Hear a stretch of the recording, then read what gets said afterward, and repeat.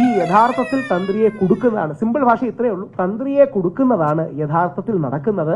അത് രാഷ്ട്രീയ കാരണങ്ങൾക്ക് വേണ്ടിയാണ്. അതിന്റെ മറുപടി തിരിച്ചെന്ന CPM-ന്റെ കുറച്ച് ആൾക്കാരെ കൊടുക്കാമെന്നല്ല. ഈ വിഷയത്തിൽ കോടതി പരാമർശ വിധേയമായ ആൾക്കാരുണ്ടെങ്കിൽ അതികഠിനമായി ശിക്ഷിക്കണം, നടപടിയെടുക്കണം.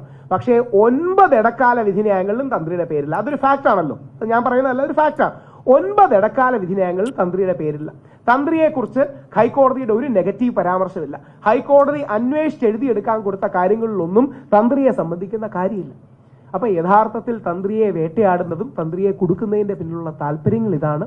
എതിർ ശബ്ദങ്ങളെ അല്ലെങ്കിൽ അവർക്ക് അനുകൂലമല്ലാത്ത നറേറ്റീവിനെ ഇല്ലാതാക്കാൻ വേണ്ടിയുള്ള ശ്രമമാണ്. അതിന്റെ നീ എന്റെ കാര്യം കൂടെ പറഞ്ഞ അവസാനം അതിന്റെ ഭാഗമായിട്ടാണ് തിങ്കളാഴ്ച എന്റെ ജാമ്യം. ചില സത്യങ്ങൾ അങ്ങനെയാണ്. ചിലപ്പോൾ നമ്മൾ ഒരിക്കലും പ്രതീക്ഷിക്കാത്ത ആൾക്കാരൊക്കെ ആയിരിക്കും ഇതിൽ വരുന്നത്. മുൻപൊരു വീഡിയോയിൽ ഇങ്ങനെ പറഞ്ഞിട്ടുണ്ടായിരുന്നു. അപ്പോൾ അത് തീർച്ചയായിട്ടും ഈ തന്ത്രിയുടെ കാര്യത്തിൽ വളരെ ശരിയാണ്. പോറ്റിയായാലും തന്ത്രിയായാലും എല്ലാവർക്കും പോറ്റിക്ക് എല്ലാ സ്ഥലത്തും പോയി സ്വർണം ഒറ്റയ്ക്ക് വിൽക്കാൻ പറ്റില്ല. എന്തെങ്കിലും ഒരു പങ്കൊക്കെ ഈ തന്ത്രിക്കും കാണുമെന്ന് എനിക്ക് തോന്നണം. കാരണം പുള്ളി ഈ തന്ത്രിയുടെ ഒക്കെ കണ്ണ് അറിവിലൂടെ പുള്ളി മോഷ്ടിക്കണമെങ്കിൽ പുള്ളി ഒരു ഒന്നര റോബറിക്കാർ കൊച്ചുണ്ണിയുടെ അനിയനോ അല്ലെങ്കിൽ റോബിൻ ഹുഡിൻ്റെ ഒക്കെ ശിഷ്യനോ ആയിരിക്കും. കൊച്ചുണ്ണിയുടെ ശിഷ്യനോ റോബിൻ ഹുഡിൻ്റെ ശിഷ്യനോ ഒക്കെ ആയിരിക്കും. പക്ഷേ എന്തായിരുന്നാലും ശബരിമലയുടെ അതിനെക്കുറിച്ച് വ്യക്തമായിട്ട് അകത്തുനിന്ന് ഒരാളുടെ ഒരു സപ്പോർട്ട് ഇല്ലാതെ പുള്ളി സ്വർണം കട്ടെടുക്കില്ല.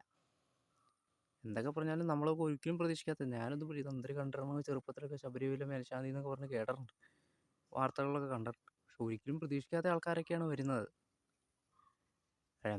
എന്തൊക്കെയായിരുന്നാലും സത്യം ഒരു നാൾ മറന്നേക്കപ്പെടും.